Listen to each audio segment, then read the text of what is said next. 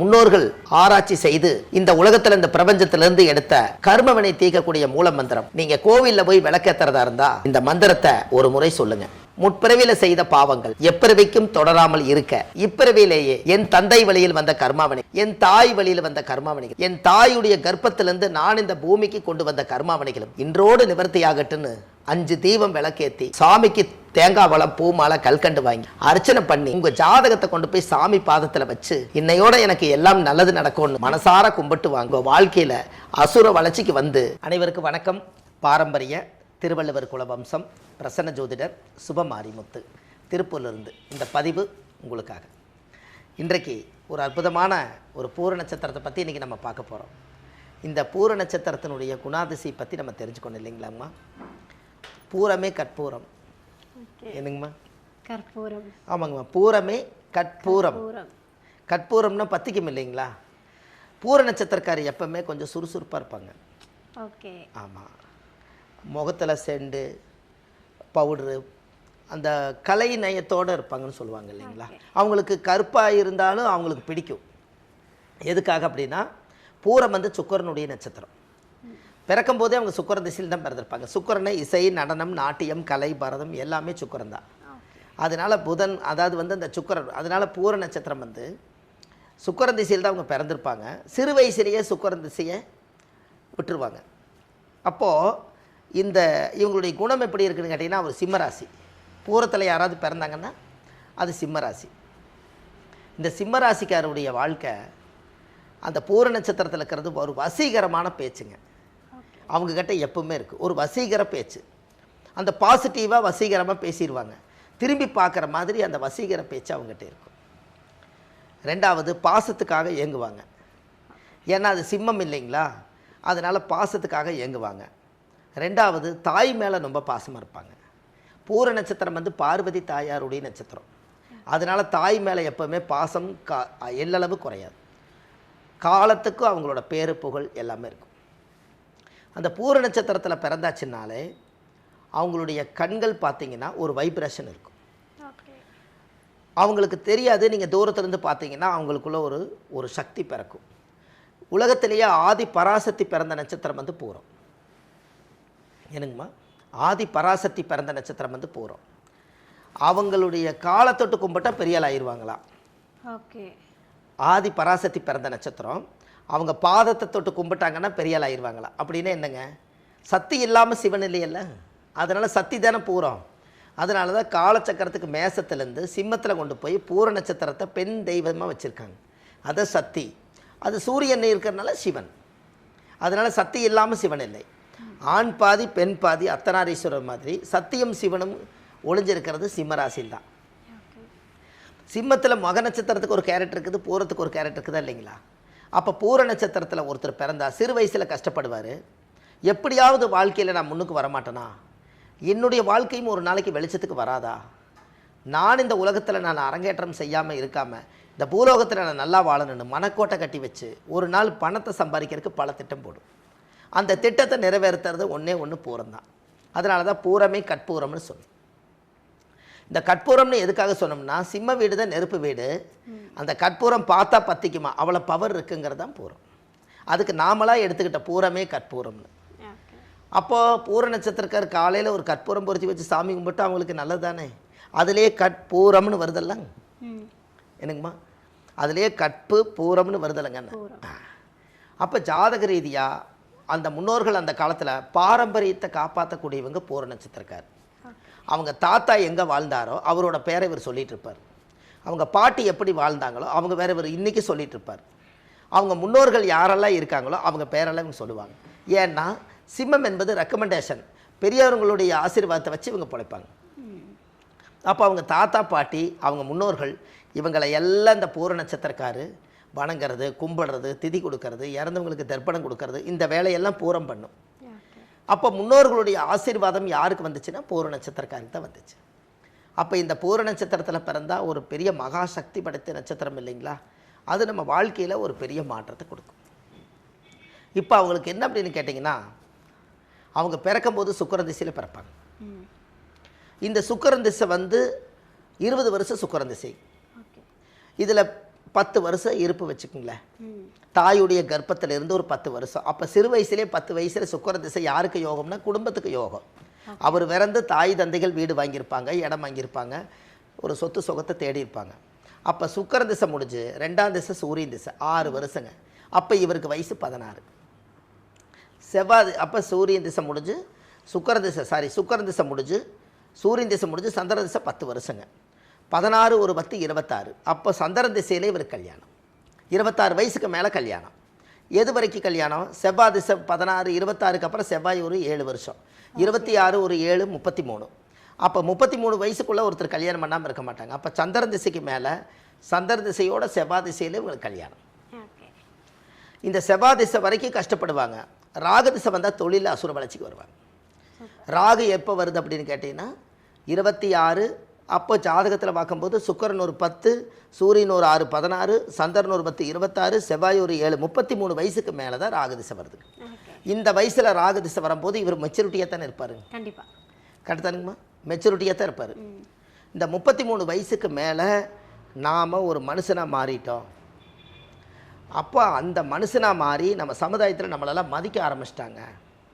அப்போ நம்ம அதில் ஜாதகத்தில் வந்து நம்மளுடைய கர்மாவில் கழித்து நாம் இந்த பூலோகத்தில் இடம் வாங்கி வீடு வாசல் கட்டி சொத்து சுகத்தை தேடி நல்லா இருக்கணுங்கிற எண்ணம் 33 வயசில் வந்துடும். ஓகே. அப்போ ராகு திசை 18 வருஷங்க. அப்போ ராகு திசை 18ன்னா 32 18 50 வயசாச்சு.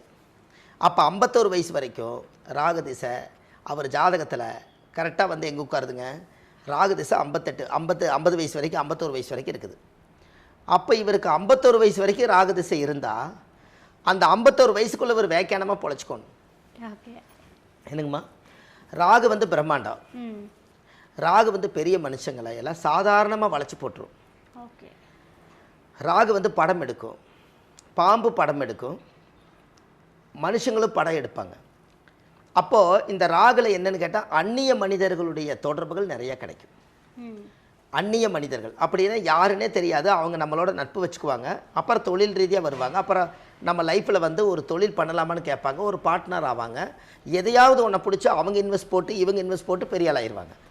அதனால தான் ஒன்றுக்கு ஒன்று செயின் மாதிரிங்க. அப்போ இந்த ராகுல தான் நம்ம யாருன்னே தெரியாதவங்களோட பழகி நம்ம மைண்டை கன்வெர்ட் பண்ணி அதுக்குள்ளே சுற்றிக்கிட்டு எப்படி வளரலான்னு பல திட்டம் போடும் இந்த ராகு.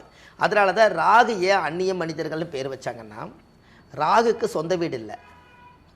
அதனால் நாம் எங்கேயாவது ஒரு பக்கத்தில் நாம் போய் சுற்றிக்கிட்டே இருக்கிற இடத்துல எல்லாம் பழகி அவங்கக்கிட்டேருந்து திறமைகளை கற்றுக்கிட்டு நாம் எப்படி சுதாரிப்பாக வாழுதுங்கிறத, அது சொந்த வீடு இல்லாதனால, அது சொந்த வீட்டில் இல்லாதனால அந்த வீட்டை என்னைக்கு விட்டு வெளியே வருதோ அன்றைக்கி அது பெரிய ஆளாயிடும். ஓகே.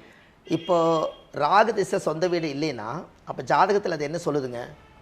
நம்ம சொந்த வீடு இல்லைன்னா நம்ம சொந்த வீட்டில் இருந்துட்டு இருக்கக்கூடாதுங்களா? நம்ம பிறந்த ஊரில் இருக்கக்கூடாதா? வெளியூர் வந்தால் பொழைச்சிக்கலாங்கன்னு ராகு திசையில். ஏன்னா பாம்புக்கு சொந்த வீடு இருக்குதுங்களா? இல்லை வீடு கட்டி ஏதாவது ஏசி ரூம் போட்டு வச்சுருக்கா? இல்லையில்ல, கரெக்டு தானேங்க? அப்போ ராகு அப்படித்தான் இருக்குது. அப்போது இந்த ராகு திசையில் 51 வயசில் ராகு திசைனா அவர் செட்டில் ஆயிடுவார். 51 வயசுக்குள்ளே எல்லாத்தையும் கடந்து சம்பாரித்து ஒரு தொழிலில் ஒரு லெவலுக்கு வந்துடுவார். ராகு முடிஞ்சு குரு திசை 16 வருஷங்கும் போது ஓகே. 50 16 66 + 67 67 வயசுங்கும் போது அவர் வாழ்க்கையில் எல்லா கடமையும் முடிஞ்சு, குரு என்பது ஒரு மகான்கள் ஒரு இடத்துல ஒரு ஆசிரம் மாதிரி உட்காந்துக்க வேண்டியதுதான். ஓகே. அப்போ பாருங்கள், குரு திசையில் அவர் ரிட்டையர்டு. கரெக்டுங்களாம்மா? குரு திசையில் நம்ம தொழிலெல்லாம் பார்க்குறதுக்கோ பிடிக்கிறதுக்கோ அந்த அமைப்பு வராது. அந்த உடம்பை அமைதிப்படுத்திட்டு வர்றவங்களுக்கு இந்த அறிவை வச்சு ஞானிகளாட்ட பேசுகிறாங்க இல்லைங்களா, அந்த மாதிரி போவார். ஓகே. அப்போ பாருங்கள், அப்போ ராகு திசை முடிஞ்சு யாருக்கு குரு திசை வந்தாலும் அவங்க கெட்ட பின்பு தானே ஞானி. என்னங்கம்மா? அதான் கெட்ட பின்பு தானே ஞானி. என்ன நீ ஞானியாட்ட பேசுகிறேன்னா அவன் வாழ்க்கையில் கெட்டு போனவங்க ஞானி மாதிரி தானே பேசுவார். அதான் கெட்ட பின்பு ஞானி. கரெக்டுங்களா? அப்போது இந்த ராகு திசை அப்போ ராகு திசை 51 வயசு, குரு ஒரு 16. அப்போ எல்லாம் சேர்த்தும் போது 66 வயசு தாண்டிடுதுங்களா? அதுக்கு மேலே சனி ஒரு 19ங்கும் போது அவர் 70-80 கோடி போயிடுறாரு. கரெக்டுங்களாம்மா? ஆனால் இந்த காலத்தில் நாம் 70-80 வயசு வரைக்கும் முதல்ல இந்த உடம்பை வச்சிருப்பானே தெரியல. அப்போது இவருக்கு ரிட்டையர்டு வயசு எதுன்னு கேட்டால் ராகு தான் ரிட்டையர்டு, குரு தான் ரிட்டையர்டு. ராகுல 51 வயசு தான், குரு வந்து 16 வருஷம். அப்போ அவருக்கு ஆமாம் நிம்மதியான ரிட்டையர்டு எதுன்னு கேட்டிங்கன்னா அது. அப்போ நம்மளுக்கு இந்த குரு திசை முடியறதுக்குள்ளே நம்ம வாழ்க்கையில் கொஞ்சம் சேகரித்து நம்ம அதுக்குண்டான வழி செஞ்சுக்கணும் இல்லைங்களா? கண்டிப்பாக. அப்போ பாருங்கள், பூர நட்சத்திரத்தில் பிறந்தவருக்கு இங்கே பாருங்கள் பூர நட்சத்திரம் அசுரகுரு, ம். அங்கே வந்து குரு தேவகுரு. இங்கே அமைதியாக இருக்கிற இடத்துல தேவகுருவே உள்ளே வருது பாருங்கன்னு. அசுரகுரு சுக்கிரன், தேவகுரு குரு தான். இவர் எப்போ வர்றாருங்க? குரு கடைசியில் வர்றாரு. அந்த குருவில் இவர் குருவாக இருப்பார். அதை காப்பாற்றி வச்சுக்கிறது அவங்க திறமை. ஓகே. என்னங்கம்மா, உங்களை வந்து நாங்கள் ஒரு பெரிய மனுஷனை எடுத்துக்கிட்டோங்க, உங்களை கேட்டு எந்த காரியம் வந்தாலும் செய்யலான்ட்டு இருக்கோம், ஒரு கோவில் அறங்காவலராக உங்களை போடலான்ட்டு இருக்கோம், நீங்கள் ஆன்மீக சேவையெல்லாம் பண்ணுறதை பார்க்கும்போது உங்கள் பின்னால் நாங்கள் வரலான்ட்டு இருக்கிறோங்கிறத குரு திசை வரும்போது குருவாக மதித்து காப்பாற்றி வச்சுட்டா குருவே குருவாயிருவார் இல்லைங்கண்ணே. ஓகே. என்னங்க இல்லைங்களா? அதாவது எல்லாரும் குருவே துணைன்னு சொல்கிறத விட குருவுக்கே துணையாகிறது அதுதானே இல்லைங்களா?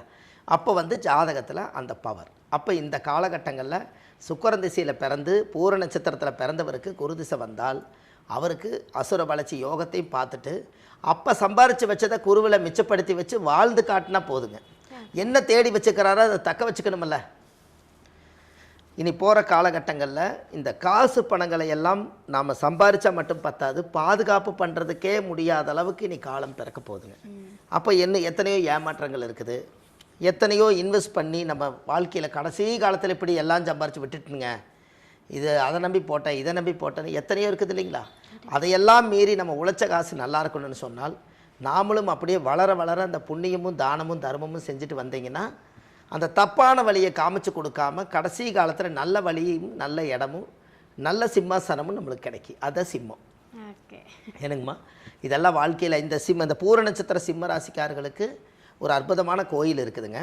அந்த கோவில் உங்களுக்கு நான் தர்றேன். அந்த கோயிலுக்கு அவங்க போயிட்டு வந்தாங்கன்னா முதல் தாயுடைய கர்ப்ப வாசனை தோஷம் நிவர்த்தியாகி தாய்க்கு ஒரு நன்றி செஞ்சுட்டு அந்த தாய் அந்த ஒரு பிறந்த நட்சத்திரத்துக்கு இந்த பூமாதேவிக்கு ஒரு நன்றி செய்வார். இது எல்லாம் பார்த்து வாழ்க்கையில் ஒரு பெரிய மாற்றத்துக்கு பூர நட்சத்திரம் வரும். வேக்கானமாக பொழைச்சதுன்னா அந்த பூர நட்சத்திரம் அசுர வளர்ச்சிங்க. ஓகே. ஆமாம், இது எல்லாம் மக்களுக்கு ஒரு பெரிய உதாரணம் இல்லைங்களா? கண்டிப்பா. சுக்கிரன் வந்து அசுர குருவா இருந்து குருவாவே வந்து அவருக்கு மட்டும் தேவகுருவா வராரு. ஆமா, அதுவே வந்து அவங்களுக்கு கிடைச்ச மிகப்பெரிய பாக்கியம், பெரிய பாக்கியம்ங்க. தேவகுருவா வர்றது பெரிய விஷயம். ஓகே. இவருக்கு இப்போ அங்கே தான் பகையை தீர்த்துக்கிறாங்க. அசுரகுருவு தேவகுரு ஒரு வீட்டில் இருந்தால் ஆகாதுன்னு சொன்னவங்க அவர் இதில் அசுரகுருவில் ஆரம்பித்து கடைசியில் தேவகுருக்கு நன்றி சொல்கிறாரு.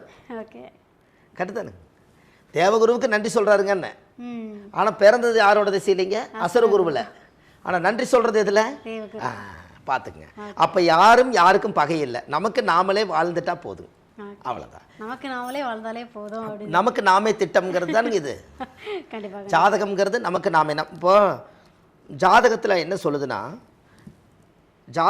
சொல்லுதுன்னா ராசி கட்டத்தில் ஒவ்வொரு கிரகம் இருக்குது இல்லைங்களா, எங்கெங்கே இருக்குதோ அப்படியே நீங்கள் வாழ்ந்துட்டு போயிட்டா உங்களுக்கு எந்த தொந்தரவும் இல்லை. எகென்ஸ்டாக வாழ்ந்தால் மட்டும்தான் அந்த கிரகங்கள் எகென்ஸ்ட் ஆகுதுங்கன்னு சொல்கிறேன். ஓகே. என்ன புரியுது? கிரகங்கள் எங்கெங்கே இருக்குதோ அங்கங்கே அந்தந்த வேலையை பார்க்கணும். அப்படியே நீங்கள் வாழ்ந்துட்டு போயிட்டா உங்களுக்கு எந்த ஒரு தொந்தரவும் பண்ணாது. நீங்கள் எகென்ஸ்டாக அந்த கிரகத்துக்கு பிடிக்காத ஒரு வேலை செய்கிறதுனால அந்த கிரகத்துக்கு கோபம் வந்து நம்மளை லாஸ் பண்ணுதுங்கன்னு சொல்கிறாங்க. புரியுது. இப்போ குரு திசை நடக்குது. மஞ்சள் செடி கேள்விப்பட்டிருப்பீங்கல்ல?